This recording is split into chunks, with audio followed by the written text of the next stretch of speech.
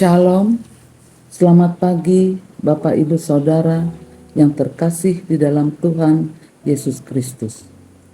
Kita patut bersyukur kepada Tuhan atas kasih karunia-Nya. Kita dapat menikmati dan menjalani kehidupan kita di sepanjang hari-hari yang telah kita lewati. Marilah kita mengawali hari ini dengan membaca dan merenungkan firman Tuhan bersama saya, Diakon Alexandra Teresia dari Majelis Jemaat GKE Palangka 1, Lingkungan Pelayanan 2. Nats yang menjadi dasar renungan kita hari ini diambil dari kitab Perjanjian Lama, Keluaran pasal 25 ayat 1 sampai 22, di bawah 2 perikop. Perikop yang pertama, petunjuk untuk mendirikan kemah suci mengenai persembahan khusus, dan perikop yang kedua mengenai tabut perjanjian. Demikian firman Tuhan. Berfirmanlah Tuhan kepada Musa, katakanlah kepada orang Israel, supaya mereka memungut bagiku persembahan khusus. Dari setiap orang yang terdorong hatinya, haruslah kamu pungut persembahan khusus kepadaku itu.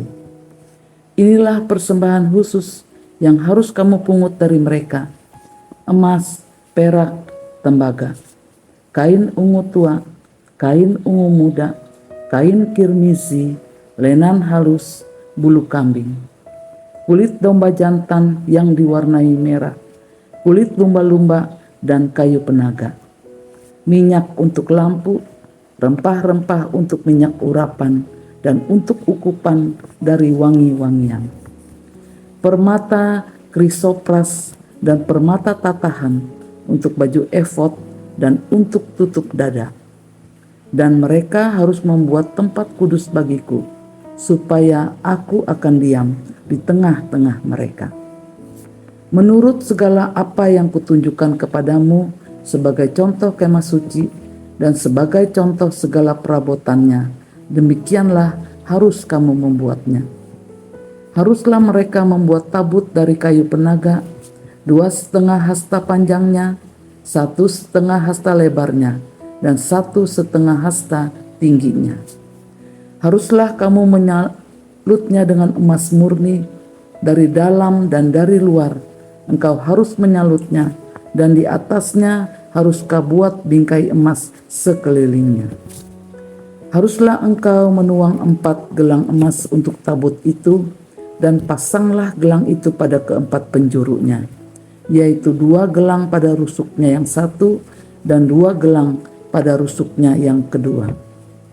Engkau harus membuat kayu pengusung dari kayu penaga dan menyalutnya dengan emas.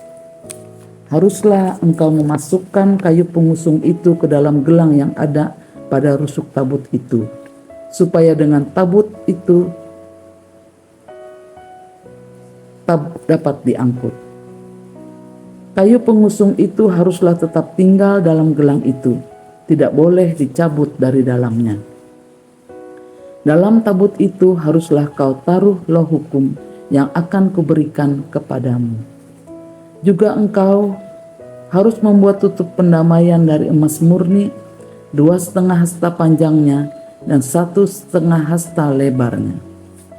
Dan haruslah kau buat 2 kerup dari emas. Kau buatlah itu dari emas tempaan pada kedua ujung tutup pendamaian itu. Buatlah 1 kerup pada ujung sebelah sini dan 1 kerup pada ujung sebelah sana, seiras dengan tutup pendamaian itu. Buatlah kerup itu di atas kedua ujungnya.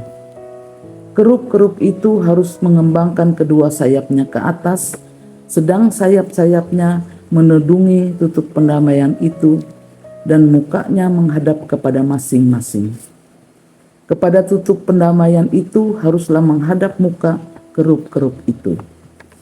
Haruslah kau letakkan tutup pendamaian itu di atas tabut, dan dalam tabut itu engkau harus menaruh loh hukum yang akan kuberikan kepadamu. Dan di sanalah aku akan bertemu dengan engkau, dan dari atas tutup pendamaian itu dari antara kedua kerup yang di atas tabut hukum itu. Aku akan berbicara dengan engkau tentang segala sesuatu yang akan kuperintahkan kepadamu untuk disampaikan kepada orang Israel. Amin. Demikianlah firman Tuhan. Berbahagialah orang yang mendengar firman Tuhan dan memeliharanya dalam kehidupannya hari lepas hari. Bapak, Ibu, Saudara yang terkasih di dalam Tuhan Yesus Kristus, renungan kita pada hari ini ditulis oleh Pendeta Denny STH dengan tema merenungkan pembangunan miskan dan pelayanan kita. Hari ini kita diundang untuk mengikuti petunjuk ilahi dalam pembangunan miskan, tempat suci bagi kehadiran Tuhan di tengah umatnya. Mari kita menjelajahi pesan dan makna yang tersembunyi di balik setiap detail sambil merenungkan panggilan kita untuk menyucikan hati sebagai kediaman bagi hadirat Allah. Dalam Keluaran 25 ayat 2-9, kita tidak hanya melihat Tuhan memberikan instruksi kepada umatnya, tetapi juga menyadari bagaimana Tuhan memberikan bakat dan keterampilan kepada individu tertentu untuk mengerjakan tugas tersebut dengan keindahan dan ketepatan yang luar biasa. Hal ini mengingatkan kita bahwa dalam setiap panggilan atau tugas yang Tuhan berikan kepada kita, Dia juga akan memberikan kemampuan yang diperlukan untuk menyelesaikannya. Keluaran 25 ayat 2-9. Dalam ayat-ayat ini kita diperlihatkan bahwa Tuhan tidak hanya memberikan arahan, tetapi juga memberikan pemberdayaan kepada umatnya, sehingga setiap orang dapat memberikan kontribusi yang berarti dalam membangun kerajaannya. Ini merupakan bukti nyata kasih dan perhatian Tuhan terhadap setiap individu dalam melaksanakan panggilannya. Selain itu, kita bisa melihat bahwa segala sesuatu yang dibuat untuk kemuliaan Tuhan harus dilakukan dengan ketulusan hati. Karya seni dan kerajinan yang diwujudkan dalam pembangunan miskan haruslah dilakukan dengan penuh kasih dan kekusyukan kepada Tuhan. Penting juga untuk dicatat bahwa miskan adalah gambaran dari gereja di mana Allah hadir di tengah-tengah umatnya. Keluaran 25 ayat 22. Ini mengingatkan kita sebagai individu dan komunitas bahwa gereja adalah tempat di mana kehadiran Tuhan dapat ditemui. Oleh karena itu, kita harus menjaga hati dan pikiran kita tetap suci serta mempersiapkan tempat untuk menerima Dia dengan sungguh-sungguh. Pesan dari teks ini mengajak kita untuk mengikuti petunjuk Tuhan sebagaimana yang dilakukan umat Israel dalam membangun miskan. Kita diingatkan bahwa Tuhan memberikan bakat dan keterampilan kepada setiap orang dan kita harus menggunakan kemampuan itu dalam pelayanan kita. Kita juga diajak dalam menjalankan pelayanan dengan ketulusan dan cinta kasih kepada Tuhan serta sesama. Gereja juga dipandang sebagai tempat di mana kita bisa merasakan kehadiran Tuhan.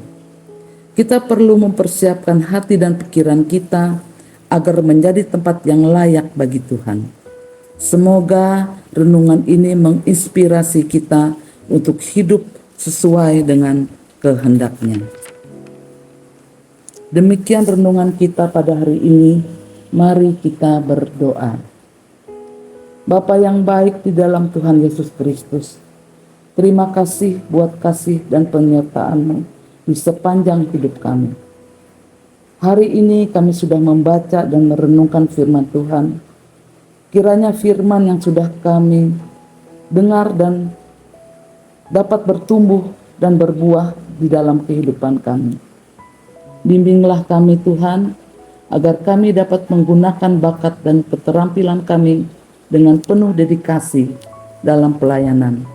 Dan biarlah Roh Kudus-Mu senantiasa mengurapi hati kami, agar kami dimampukan untuk menjalankan pelayanan kepada Tuhan dan sesama kami dengan penuh ketulusan dan cinta pada Tuhan. Inilah doa kami ya Tuhan, yang kami alaskan di dalam nama Tuhan Yesus Kristus. Amin. Terima kasih. Jangan lupa like, komen, dan subscribe untuk membagikan program pelayanan ini kepada semua orang, agar pemberitaan firman Tuhan dapat menjangkau seluruh umatnya. Tuhan Yesus memberkati.